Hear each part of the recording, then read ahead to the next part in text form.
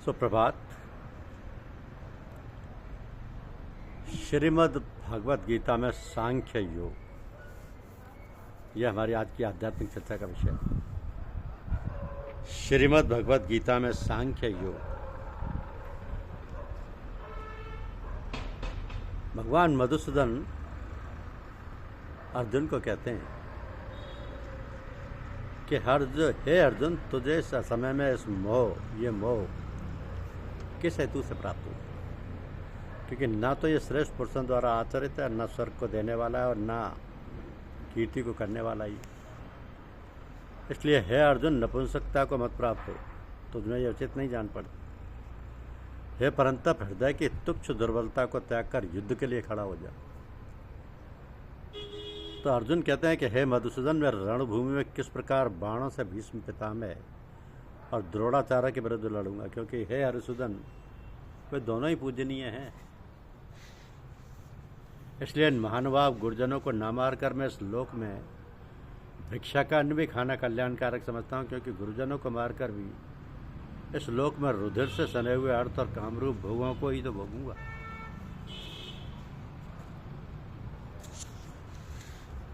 हम ये भी नहीं जानते कि हमारे लिए युद्ध करना और ना करना, इन दोनों में से कौन सा श्रेष्ठ है। अतः ये भी नहीं जानते कि उन्हें हम जीतेंगे या हमको वही जीतेंगे। और जिनको मारकर हम जीना भी नहीं चाहते, वे ही हमारे आत्मीय धृतराष्ट्र के पुत्र हमारे मुकाबले में खड़े हैं।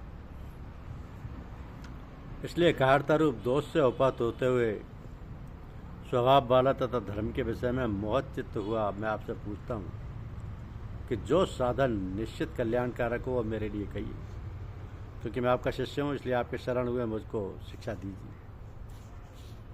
क्योंकि भूमि में निष्कंटक धन धान्य संपन्न राज्य को और देवताओं के स्वामी पने को प्राप्त होकर भी मैं उस उपाय को नहीं देखता हूँ जो मेरी इंद्रियों को सुखाने वाले शोक को दूर कर सके। तो संजय बोलते हैं कि हे राजन, निद्रा को जीतने वाले अर्जुन अंतर्यामी श्री कृष्ण महाराज के प्रति इस प्रकार कहकर फिर श्री गोविंद भगवान से युद्ध नहीं करूंगा, ये स्पष्ट कहकर चुप हो गए। संजय धृतराष्ट्र को बताते हैं कि हे भरतवंशी धृतराष्ट्र, अंतर्यामी श्री कृष्ण महाराज दोनों सेनाओं के बीच में शोक करते हुए अर्जुन को हंसते हुए ये वचन बोले कि हे अर्जुन, तू ना शोक करने योग्य मनुष्यों के लिए शोक करता है, तू ना शोक करने योग्य मनुष्यों के लिए शोक करता है और पंडितों के ऐसे वचनों को कहता है। परंतु जिनके प्राण चले गए हैं उनके लिए और जिनके प्राण नहीं गए उनके लिए भी पंडित जन शोक नहीं करते।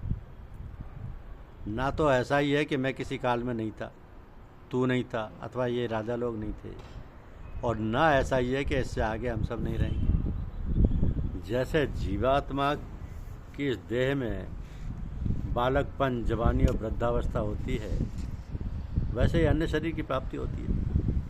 उस विषय में धीर पुरुष मोहित नहीं होता। तो हे कुंती पुत्र, सर्दी, गर्मी और सुख दुख को देने वाले इंद्रिय और विषयों के संयोग तो उत्पत्ति, विनाशशील और अनित्य हैं। इसलिए हे भारत, उनको तू सहन कर, क्योंकि हे पुरुष श्रेष्ठ, दुख सबको समान समझने वाले जिस धीर पुरुष को ये इंद्रिय और विषयों के संयोग व्याकुल नहीं करते, वह मोक्ष के योग्य होता है। असत वस्तु की तो सत्ता नहीं है और सत का अभाव नहीं है। इस प्रकार इन दोनों का ही तत्वज्ञानी पुरुषों द्वारा देखा गया है। तो नाश रहित तो तू उसको जान जिससे संपूर्ण जगत दृश्य वर्ग पर व्याप्त है। इस अविनाशी का विनाश करने में कोई भी समर्थ नहीं। इस नाश रहित अप्रमेय नित्य स्वरूप जीवात्मा के ये सब शरीर नाशवान कहे गए। इसलिए हे भरतवंशी अर्जुन, तू युद्ध कर। जो इस आत्मा को मारने वाला समझता है तथा जो उसको मरा मानता है, वे दोनों ही नहीं जानते, क्योंकि ये आत्मा वास्तव में ना तो किसी को मारता है और ना किसी के द्वारा मारा जाता है। तो ये आत्मा किसी काल में भी ना तो जन्मता है और न मरता ही है, तथा ना यह उत्पन्न होकर फिर होने वाला ही है, क्योंकि अजन्मा नित्य सनातन और पुरातन है। शरीर के मारे जाने पर भी यह नहीं मारा जाता। तो हे प्रथापुत्र अर्जुन, जो पुरुष इस आत्मा को नाश रहित, नित्य, अजन्मा और अव्यय अव्यय जानता है वह पुरुष कैसे किसको मरवाता है और कैसे किसको मारता है। जैसे मनुष्य पुराने वस्त्रों को त्याग कर दूसरे नए वस्त्रों को ग्रहण करता है, वैसे ही जीवात्मा पुराने शरीरों को त्याग कर दूसरे नए शरीरों को प्राप्त होता है। तो इस आत्मा को शस्त्र नहीं काट सकते, इसको आग नहीं जला सकती, इसको जल नहीं गला सकता, इसको वायु नहीं सुखा सकता, क्योंकि आत्मा अध्यक्ष है। यह आत्मा अध्यायी है, अक्लेद और निस्संदेह अशोष्य है तथा यह आत्मा नित्य सर्वव्यापी अचल स्थिर रहने वाला और सनातन है। यह आत्मा अव्यक्त है, यह आत्मा अचिंत्य है और यह आत्मा विकार रहित कहा जाता है। इससे है अर्जुन, इस आत्मा को उपयुक्त प्रकार से जानकर तू शोक करने योग्य नहीं है, अर्थात तुझे शोक करना उचित नहीं है। किंतु यदि इस आत्मा को सदा जन्मने वाला तथा सदा मरने वाला मानता हो तो भी हे महाबाहो, तू इस प्रकार शोक करने के योग्य नहीं है, क्योंकि इस मान्यता के अनुसार जन्मे हुए की मृत्यु निश्चित है और मरे हुए का जन्म निश्चित है। इससे भी इस बिना उपाय वाले विषय में तू शोक करने के योग्य नहीं है। तो हे अर्जुन, संपूर्ण प्राणी जन्म से पहले अप्रकट थे और मरने के बाद भी अप्रकट हो जाने वाले हैं, केवल बीच में ही प्रकट हैं। फिर ऐसी स्थिति में क्या शोक करना है? कोई एक महापुरुष इस आत्मा को आश्चर्य की भांति देखता है और वैसे ही दूसरा कोई महापुरुष ही इसके तत्व का आश्चर्य की भांति वर्णन करता है तथा दूसरा कोई अधिकारी पुरुष इसे आश्चर्य की भांति सुनता है और कोई कोई तो सुनकर भी इसको नहीं जानता है। तो हे अर्जुन, ये आत्मा सबके शरीरों में सदा ही आबद्ध है, जिसका वध नहीं किया जा सकता। इस कारण संपूर्ण प्राणियों के लिए तू शोक करने के योग्य नहीं है तथा अपने धर्म को देखकर भी तू भय करने योग्य नहीं है, अर्थात तुझे भय नहीं करना चाहिए, क्योंकि क्षत्रिय के लिए धर्मयुक्त युद्ध से बढ़कर दूसरा कोई कल्याणकारी कर्तव्य नहीं है। तो हे पार्थ, अपने आप प्राप्त हुए और खुले हुए स्वर्ग के द्वार रूप इस प्रकार के युद्ध को भगवान क्षत्रिय लोग ही पाते हैं, किंतु यदि तू इस धर्म युक्त युद्ध को नहीं करेगा तो स्वधर्म और कीर्ति को खोकर पाप को प्राप्त होगा तथा सब लोग तेरी बहुत काल तक रहने वाली अपकीर्ति का भी कथन करेंगे और मान्य पुरुष के लिए अपकीर्ति मरण से भी बढ़कर, और जिनकी दृष्टि में तू पहले बहुत सम्मानित होकर अब लघुता को प्राप्त होगा, वे महारथी लोग तुझे भय के कारण युद्ध से हटा हुआ मानेंगे। तेरे बैरी लोग तेरे सामर्थ्य की निंदा करते हुए तुझे बहुत से ना कहने योग्य वचन भी कहेंगे। उससे अधिक दुख और क्या होगा? या तो तू युद्ध में मारा जाकर स्वर्ग को प्राप्त होगा अथवा संग्राम में जीतकर पृथ्वी का राज्य भोगेगा। इस कारण हे अर्जुन, तू युद्ध के लिए निश्चय करके खड़ा हो जा। जय पराजय, लाभ हानि और सुख दुख को समान समझकर उसके बाद युद्ध के लिए तैयार हो जा। इस प्रकार युद्ध करने से तू पाप को नहीं प्राप्त होगा। हे पार्थ, यह बुद्धि तेरे लिए ज्ञान योग के विषय में कही गई है और अब तू इसको कर्मयोग के विषय में सुन कि जिस बुद्धि से युक्त हुआ तू कर्मों के बंधन को भली भांति त्याग देगा, अर्थात सर्वथा नष्ट कर डालेगा।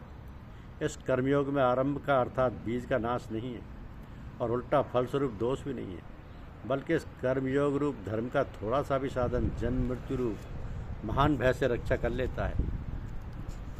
तो हे अर्जुन, इस कर्मयोग में निश्चयात्मिका बुद्धि एक ही होती है, किंतु अस्थिर विचार वाले विवेकहीन सकाम मनुष्यों की बुद्धियाँ निश्चय ही बहुत भेदों वाली और अनंत होती हैं। तो हे अर्जुन, भोगों में तन्मय हो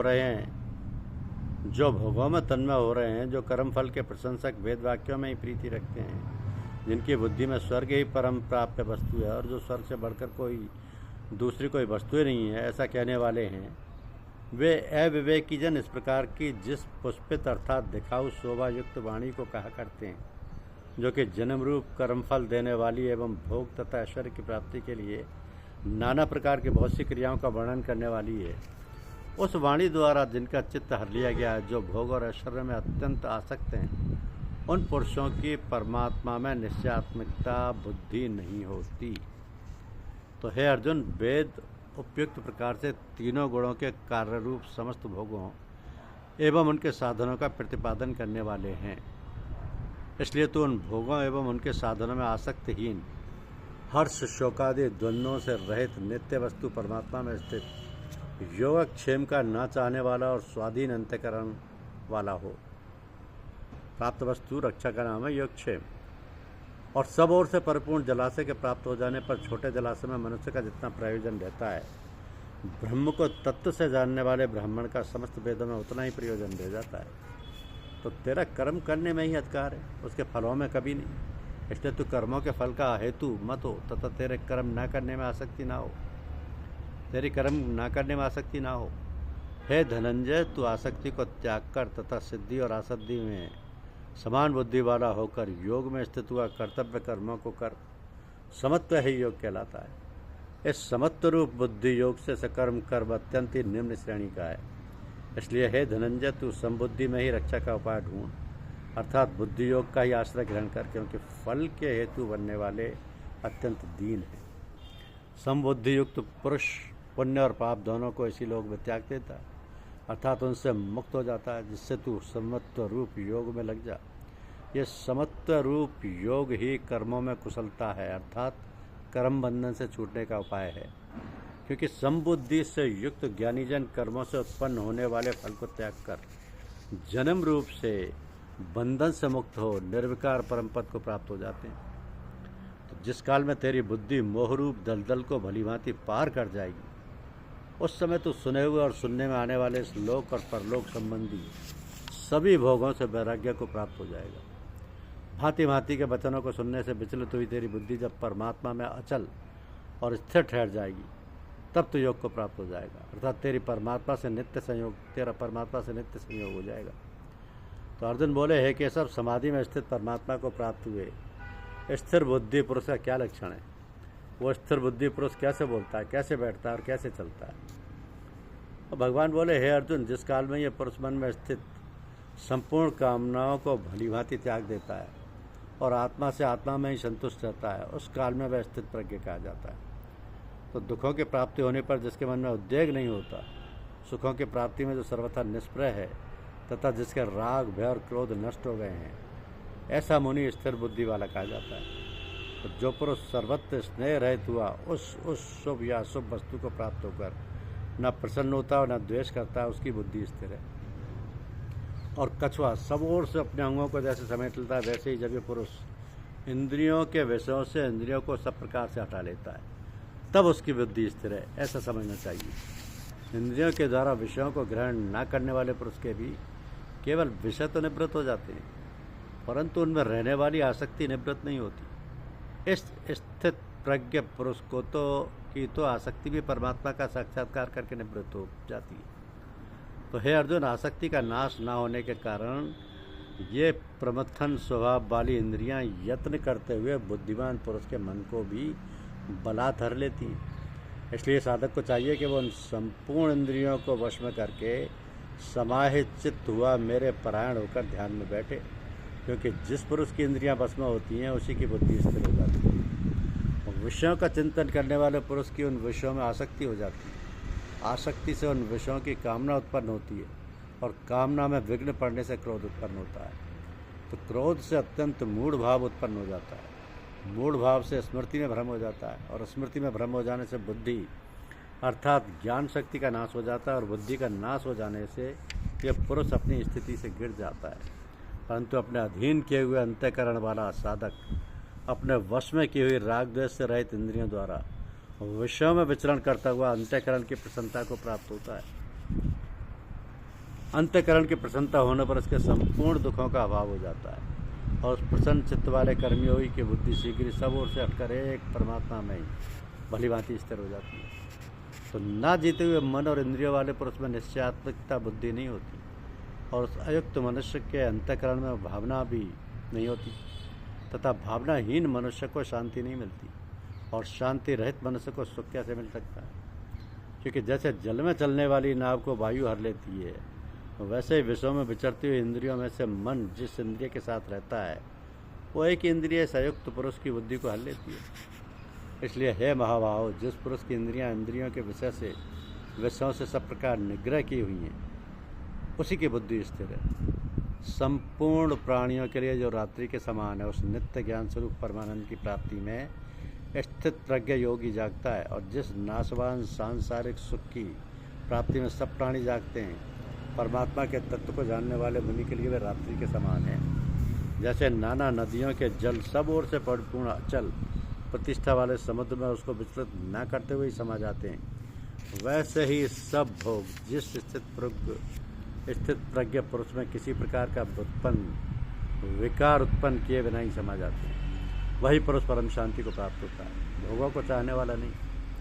तो जो पुरुष संपूर्ण कामनाओं को त्याग कर ममता रहित, अहंकार रहित और स्पृहा रहित हुआ विचरता है, वही शांति को प्राप्त होता है, अर्थात वह शांति को प्राप्त है। तो हे अर्जुन, ये ब्रह्म को प्राप्त हुए पुरुष की स्थिति है, जिसको प्राप्त होकर योगी कभी मोहित नहीं होता और अंतकाल में भी इसी ब्राह्मी स्थिति में स्थित होकर ब्रह्मानंद को प्राप्त हो जाता है। धन्यवाद। यूट्यूब चैनल को लाइक और सब्सक्राइब अवश्य कीजिए। शुक्रिया।